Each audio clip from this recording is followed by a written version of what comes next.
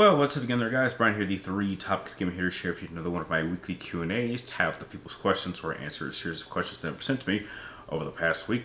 I actually got a pretty big positive response from last week's episode, I want to thank everyone that sent in your questions for this episode. We didn't get as many as last week, but I just, hopefully we can keep this momentum going. So I do think this will be another solid episode. So like always, if you do happen to enjoy this little Q&A that I do every week, please do not forget to like, share, and subscribe. And make sure if you haven't subscribed, please do so. The algorithm's been acting a little bit funny with my numbers as recently, and I'm really trying to get back on pace to hopefully reach my 80,000 subscriber year goal at the end of the year. So, please make sure you spread the word and help me out with that. I'd really appreciate it. So, starting off with the first question, which I believe is definitely a new person, so welcome. And you go by the name of Hellish Hero Toy Reviews, so it sounds like you might even have your own channel. And you want to know, I have a question. What advice would you have on relationships, not just romantic, but friendship as well? I think the best advantage, I think probably the best advice that I can give you is when you're establishing any kind of relationship, whether it's romantic or just friendship, make sure that there's a good give and receive sort of relationship. Not necessarily in terms of gifts, I mean just in terms of just how much you support the other person. And another bit of advice is make sure they're honest to you, even if it's something that you aren't too fond of hearing. I think the reason why, best example I can think of is, I think the reason why me and my brother, who is not like a real brother of mine, but I've just been saying it for like most of my life, I just can't go back and just saying he's just my best friend in terms of, as a Antoine, is I think what has kept us going for over 25 years, which is amazing. My parents' marriage didn't even last that long. Is there's very good give and receive. I'm always interested in what he's doing. He's interested in what I'm doing. I give him things, he gives me things, and he always is honest when he calls me out on things that I'm doing wrong, and I do the same thing vice versa. Real friends aren't afraid to be honest with each other because they simply want to help make the other person a better person. And I can very much confirm that I wouldn't even be the person I am, or hell, I wouldn't even be alive if it weren't for Antoine's honesty. And I think that can be very much apply to romantic relationships too. It's been a very long time since I was in a romantic relationship. I would say about 10 years, but even that relationship wasn't really a good example because I was very much of a giver and a provider, and the person I was with probably was kind of just using me for my resources, and it just took years and years after it had been over that I realized that, and I felt kind of stupid about that because I did things that I would never do for or almost just about anybody. But you have to make when you're friends or you're in a relationship, you have to make them earn it. You don't go full trusting right from the get-go. It is a process that will take a good amount of time. And I'm very much like that. Like, trust me, it will take years for someone to get to the point where I can trust them with even deep information. I would keep them at arm's length and make attempts to want to make them closer in my inner circle, but that's something they very much have to earn. So I think relationships and friendships like that are something that is a constant working process. There has to be a balance between giving and taking and receiving, and make sure that you are honest. Honesty is probably one of the best things. Trust me, you wouldn't want friends around you that just lie to your face. Just like, even if it's something you don't want to hear, I think being honest, it means that they're real with you. And I think having people real with you is the best thing that you can have when things get tough, because it's in moments like those that you know who your real friends are. So that's just my advice, just from my experience. Next question comes from the Batman Hero Gotham, and you want to know, what is one particular movie or television series that I really like and I would personally recommend to my viewers? Ugh. I don't know. I'm not really watching anything. I'm a little bit. I've been really kind of occupied trying to balance my time between two working jobs. So I actually haven't had a lot of time to play very many games or even go see very movies. I don't know. I really, yeah. I'll be honest, Batman. I really do not know. because there's nothing that's come out new on any of the streaming services that I have right now that I've been like, kind of like felt like binging. I mean, so I really don't have an answer. So yeah, I'm sorry. I just off the top of my head. I mean, I've had a few days to think about this, but I'm just like, you're not Brian. You're not even really watching anything really. So I can't really think of any movie like the last movie I saw in theaters was Elvis, which I didn't do like a video review for. But just looking forward, like the rest of the year, I don't even think there's anything coming out the rest of the year that I'm interested in seeing. Like I don't go to the movies as much as I used to. And same goes with TV. I really don't. I have so little time to actually do other things that. Yeah. Well, I will say, if you haven't seen The Boys, check that out. That was probably the last thing I was able to kind of watch episode to episode, like early. So if you haven't seen that, I guess that's the closest thing I could recommend. But chances are most of you have already seen The Boys. But if you haven't, it is really good. So now that there's like 3 seasons, I would definitely check them out. Next question comes from Xiao Jesus Gaming. You want to know, do I think the Resident Evil CGI films should have been a TV series? No, I think they were fine as films. They were definitely a major step up above the live action films. You could have made a TV series, but Capcom. So I mean, they did just approve this stupid Netflix series thing that looked like garbage, and from what I've heard, it is garbage. So I'm glad I'm avoiding that. But no, I didn't mind if they were films, and yeah, if you haven't seen them, I would definitely check them out. They definitely feel more Resident Evil than I would say any of the other live action projects that have been released for the franchise. Next question comes from CV Jones. And you want to know, if I could go back and watch any TV show for the first time ever, what would that be and why? Ooh, that's a good one. There are 2 that come to mind. In terms of if I could like erase my entire memory and experience of seeing those shows and just rewatch them again as they were brand new, easily it'd be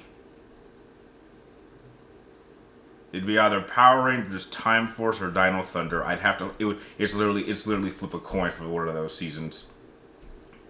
And the first generation of Yu-Gi-Oh, which I would say was probably the last show that I actually kind of binged watch. Like as in, I woke up early, like on Saturday mornings, and like watched that religiously, like every single week, every weekend. I was just watch like 2 episodes. I would record tapes of them.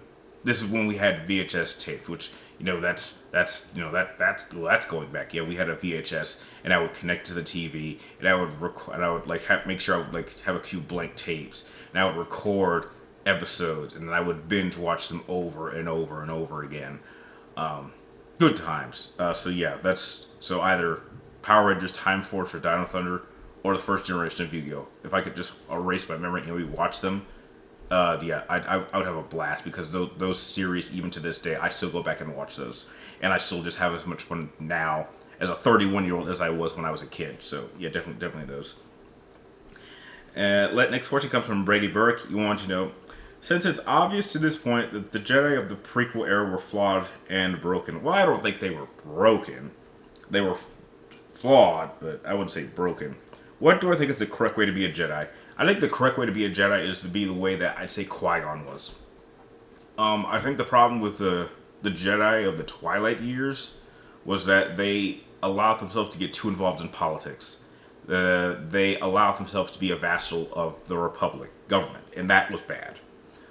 They should have very much been their own thing. They can help the Republic, but they should not take a role in what they're doing. Because by doing that, they allowed the Republic to make decisions that make the Jedi look bad. When people needed help, if you have the ability to help them, you should. But because of the Republic, they would not help people if it didn't benefit them, or didn't grant them more power, or more territory in the galaxy. And therefore, the Jedi didn't do anything. And that caused a lot of Jedi to say that this is wrong. It's like, we should be helping these people, but the Republic that we are serving doesn't want us to. And that rubbed a lot of Jedi the wrong way. And that was like a key reason that Dooku left. He understood the corruption that was going on in the Republic. And he was just like, this doesn't work for me. I don't agree with this. And I think Luke Skywalker, after in the original EU, I think he had the right approach.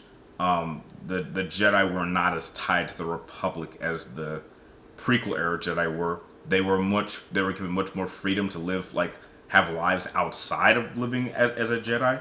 So if I could just give you a straight up answer, I would say the best way to be a Jedi was to be a Jedi that existed during Luke Skywalker's period, when he rebuilt the Order. I really think, when I look at all the interpretations of the Jedi Council, when you look back to the early Jedi Council, the Old Republic, the Twilight era, and even going even farther down, I really think that what Luke Skywalker did with the Jedi Council when he rebuilt it, I probably think that was the best variation of it, because I think it didn't suffer from the same problems as prior Jedi orders had. So that's what I would go with.